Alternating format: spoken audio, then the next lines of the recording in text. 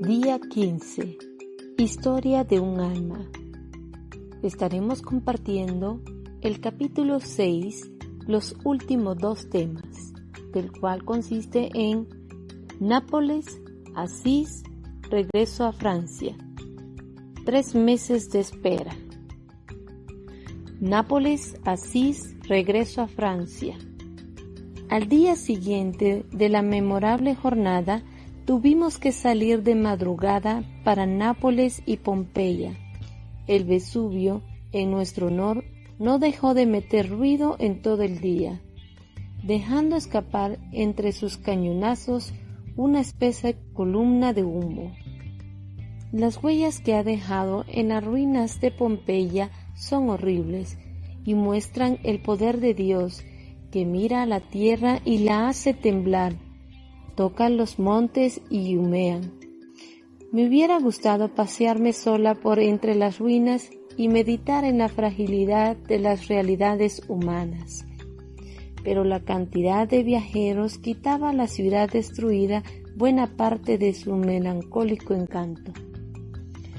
En Nápoles fue todo lo contrario. La gran cantidad de coches de 2 caballos hizo que resultara espléndido nuestro paseo al monasterio de San Martín, situado en la cima de una alta colina que dominaba toda la ciudad.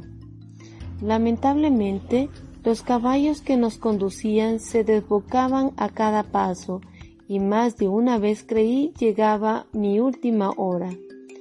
Por más que el cochero repetía continuamente la palabra mágica de los conductores italianos, a pipò, los pobres caballos estaban empeñados en volcar el coche. Por fin, gracias a la protección de nuestros ángeles de la guarda, llegamos a nuestro magnífico hotel. A lo largo de todo nuestro viaje nos alojamos en hoteles principescos.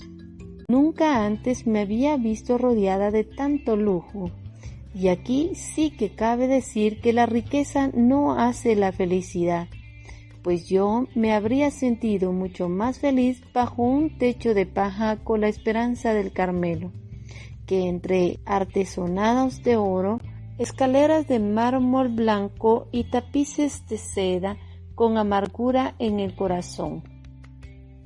Comprendí bien que la alegría no se halla en las cosas que nos rodean, sino en lo más íntimo de nuestra alma.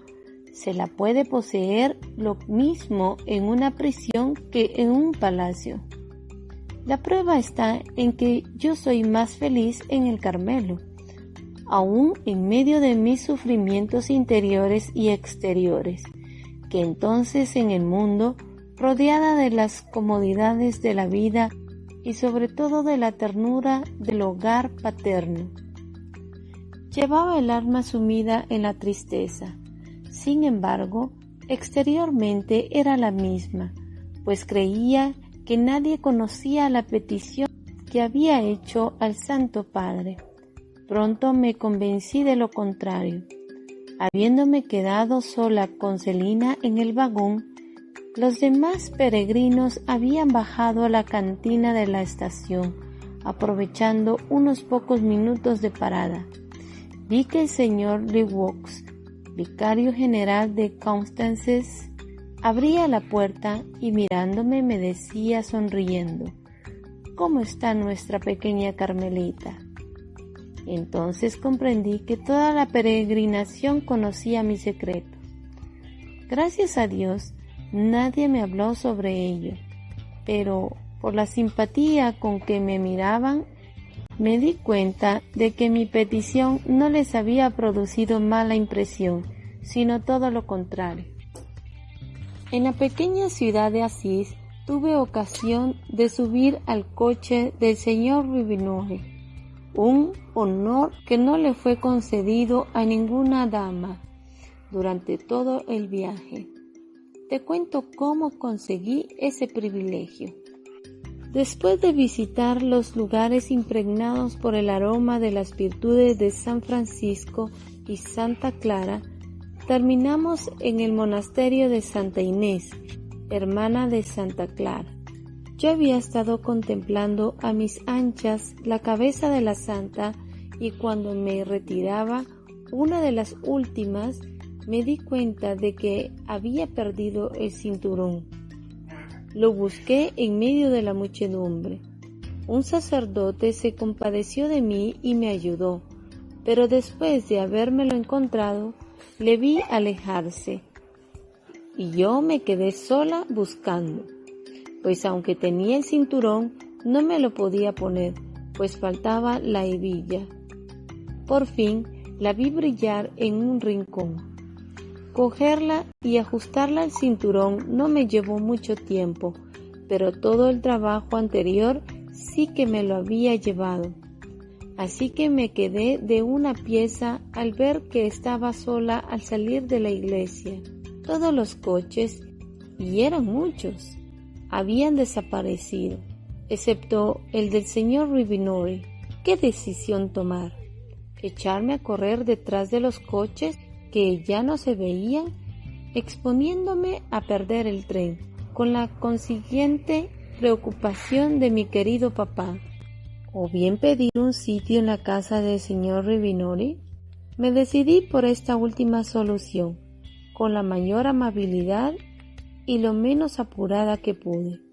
A pesar de mi apuro, le expuse mi crítica situación y lo puse a él mismo en un apuro, pues su coche iba lleno de los más distinguidos caballeros de la peregrinación.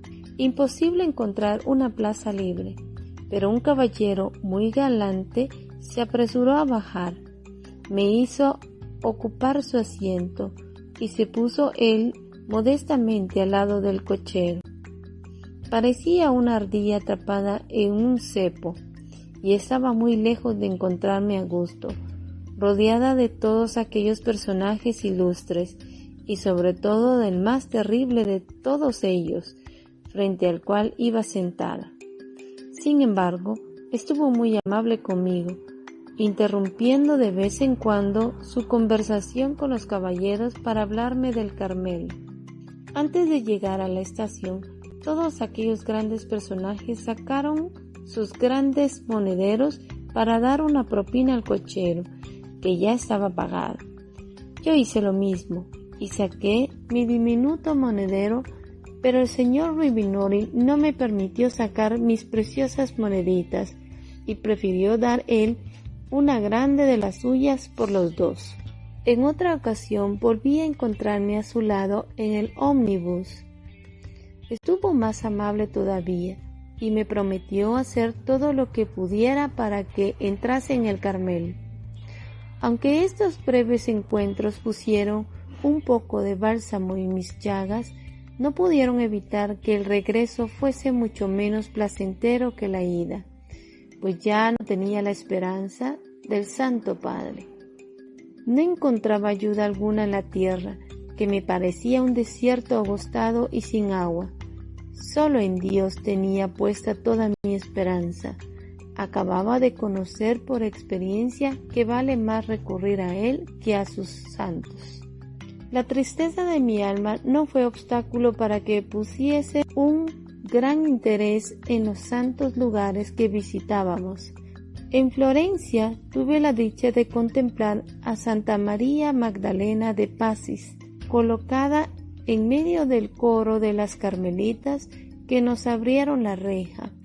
Como no sabíamos que íbamos a disfrutar de tal privilegio y muchas personas deseaban hacer tocar sus rosarios en el sepulcro de la santa, no había nadie más que yo que pudiese pasar la mano por entre la reja que nos separara de él. Por eso todos me traían sus rosarios y yo me sentía muy orgullosa de mi oficio. Siempre tenía que encontrar la forma de tocarlo todo. Así, en la iglesia de la Santa Cruz de Jerusalén, en Roma, pudimos venerar varios fragmentos de la verdadera cruz, 2 espinas y uno de los sagrados clavos, encerrado en un magnífico relicario de oro labrado, pero sin cristal, por lo que al venerar la sagrada reliquia encontré la forma de pasar mi dedito por una de las aberturas del relicario y pude tocar el clavo que bañó la sangre de Jesús. La verdad es que era demasiado atrevida. Por suerte, Dios, que conoce el fondo de los corazones, sabe que mi intención era pura y que por nada del mundo hubiera querido desagradarles. Me portaba con él como un niño que piensa que todo le está permitido y mira como suyos los tesoros de su padre. Todavía hoy sigo sin comprender por qué en Italia se excomulgan tan fácilmente a las mujeres. A cada paso nos decían: no entréis aquí, no entréis allá, que quedaréis excomulgadas. Pobres mujeres, qué despreciadas son. Sin embargo, ellas aman a Dios en número mucho mayor que los hombres, y durante la pasión de nuestro Señor, las mujeres tuvieron más valor que los apóstoles, pues desafiaron los insultos de los soldados y se atrevieron en enjugar la faz adorable de Jesús. Seguramente por eso Él permite que el desprecio sea su lote en la tierra, ya que lo escogió también para sí mismo. En el cielo demostrará claramente que sus pensamientos no son los de los hombres, pues entonces los últimos serán los primeros. Más de una vez durante el viaje no tuve la paciencia de esperar al cielo para ser la primera.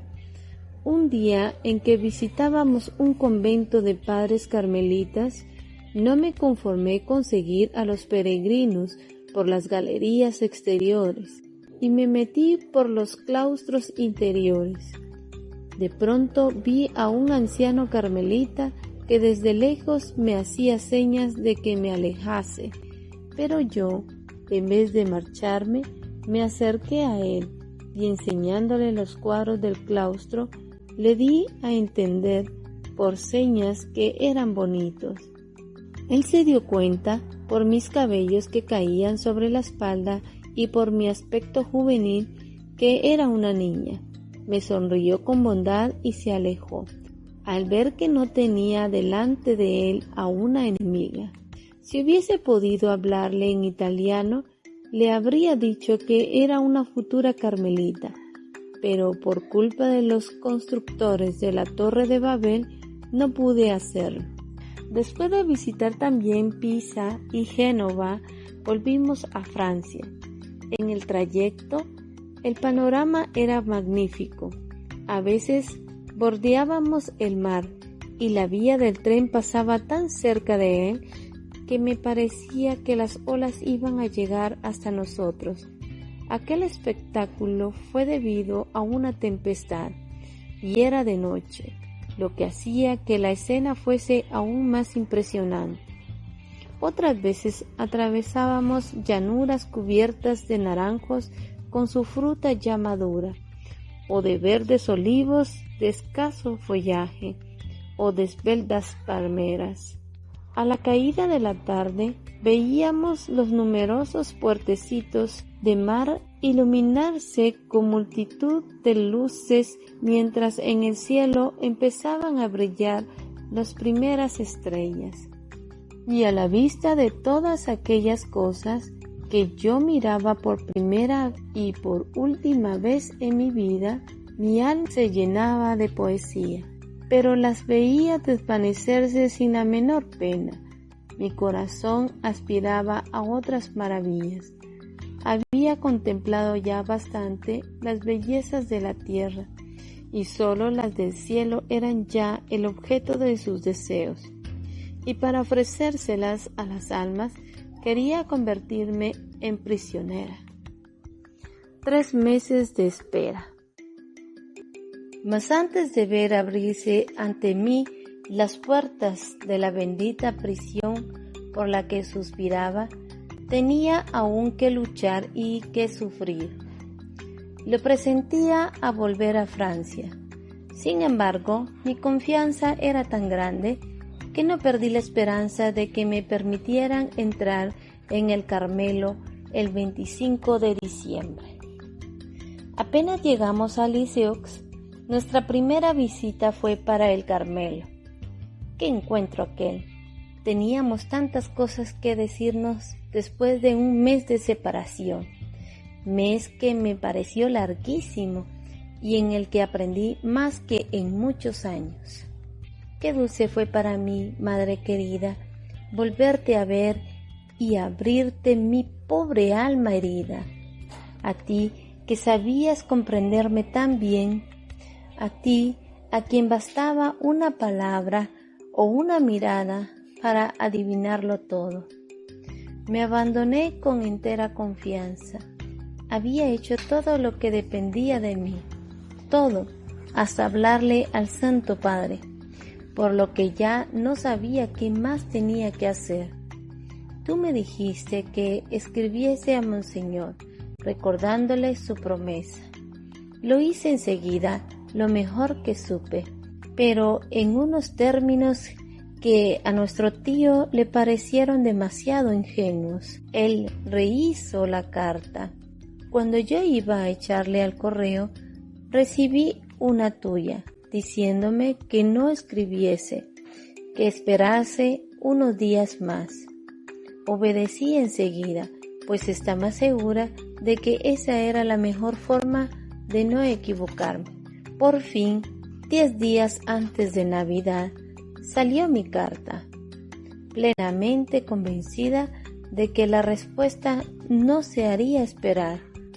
Todas las mañanas iba a correos con papá después de misa, pensando encontrar allí el permiso para echarme a volar, pero cada mañana me traía una nueva decepción, que sin embargo no hacía vacilar mi fe. Pedí a Jesús que rompiese mis ataduras, y las rompió, pero de una forma totalmente diferente a como yo esperaba. Llegó la fiesta de Navidad, y Jesús no despertó.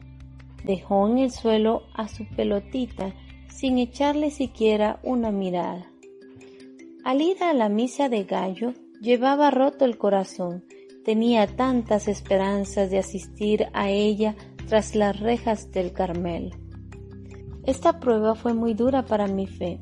Aquel cuyo corazón vela mientras él duerme me hizo comprender que él obra auténticos milagros y cambia las montañas de lugar en favor de quienes tienen una fe como un grano de mostaza, pero que con sus íntimos, con su madre, él no hace milagros hasta haber probado su fe. No dejó morir a Lázaro a pesar de que Marta y María le habían hecho saber que estaba enfermo. Y en las bodas de Caná, cuando la Virgen le pidió que ayudara a los anfitriones, ¿no le contestó que todavía no había llegado su hora? Pero después de la prueba, ¿qué recompensa? El agua se convierte en vino. Lázaro resucita. Así actuó Jesús con su Teresita. Después de haberla probado durante mucho tiempo, colmó todos los deseos de su corazón. Por la tarde de aquel radiante día de fiesta que yo pasé llorando, fui a visitar a las Carmelitas. Me llevé una gran sorpresa cuando, al abrir la reja, vi un precioso niño Jesús que tenía en la mano una pelota en la que estaba escrito mi nombre. Las Carmelitas, en lugar de Jesús, que era demasiado pequeño todavía para hablar, me cantaron una canción compuesta por mi madre querida. Cada una de sus palabras derramaba en mi alma un dulce consuelo. Jamás olvidaré aquella delicadeza del corazón maternal, que siempre me colmó de los más exquisitos detalles de ternura. Después de dar las gracias derramando dulces lágrimas, les conté la sorpresa que me había dado mi querida Celina al volver de la misa de gallo. En mi habitación, en medio de una preciosa jofaina, había encontrado un barquito que llevaba al niño Jesús dormido con una pelotita a su lado. En la blanca vela, Celina había escrito estas palabras: duermo, pero mi corazón vela. Y en el barco, esta sola palabra: abandono. Ay, si Jesús no hablaba todavía a su pequeña prometida, si sus ojos divinos seguían cerrados, por lo menos se revelaba a ella por medio de otras almas que comprendían todas las delicadezas y todo el amor de su corazón. El primer día del año 1888, Jesús me hizo una vez más el regalo de su cruz, pero esta vez la llevé yo sola, pues fue tanto más dolorosa cuanto menos la comprendía.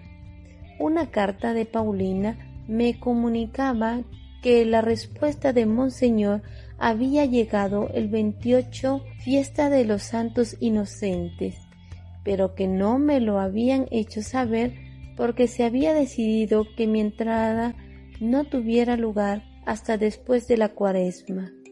Al pensar en una espera tan larga, no pude contener las lágrimas. Esta prueba tuvo para mí un carácter muy particular. Veía mis ataduras rotas por parte del mundo, pero ahora era el Arca Santa la que negaba la entrada a la pobre palomita. Convengo en que debí parecer poco razonable al no aceptar gozosa esos 3 meses de destierro, pero creo también que esta prueba, aunque no lo pareciese, fue muy grande y me ayudó a crecer mucho en el abandono y en las demás virtudes. ¿Cómo transcurrieron estos 3 meses tan ricos en gracias para mi alma? Al principio me vino a la cabeza la idea de no molestarme en llevar una vida tan ordenada como solía, pero pronto comprendí el valor de aquel tiempo que se me concedía y decidí entregarme con más intensidad que nunca a una vida seria y mortificada. Cuando digo mortificada, no es para hacer creer que hiciera penitencias, pues nunca las he hecho. Dejo de parecerme a esas almas grandes que desde la niñez practicaron toda serie de mortificaciones. Yo no sentía por ellas el menor atractivo. Esto se debía, sin duda, a mi flojedad, pues hubiera podido encontrar como Celina mis pequeños recursos para mortificarme. En vez de eso, siempre me dejé mecer entre algodones y cebar como un pajarito que no necesita hacer penitencia. Mis mortificaciones consistían en doblegar mi voluntad, siempre dispuesta a salir con la suya, en callar cualquier palabra de réplica, en prestar pequeños servicios sin hacerlos valer, en no apoyar la espalda cuando estaba sentada, etcétera, etcétera. Con la práctica de estas naderías, me fui preparando para ser la prometida de Jesús, y no sabría decir cuán dulces recuerdos me han dejado esta espera. 3 meses se pasan muy pronto, y por fin llegó el momento tan ardientemente deseado.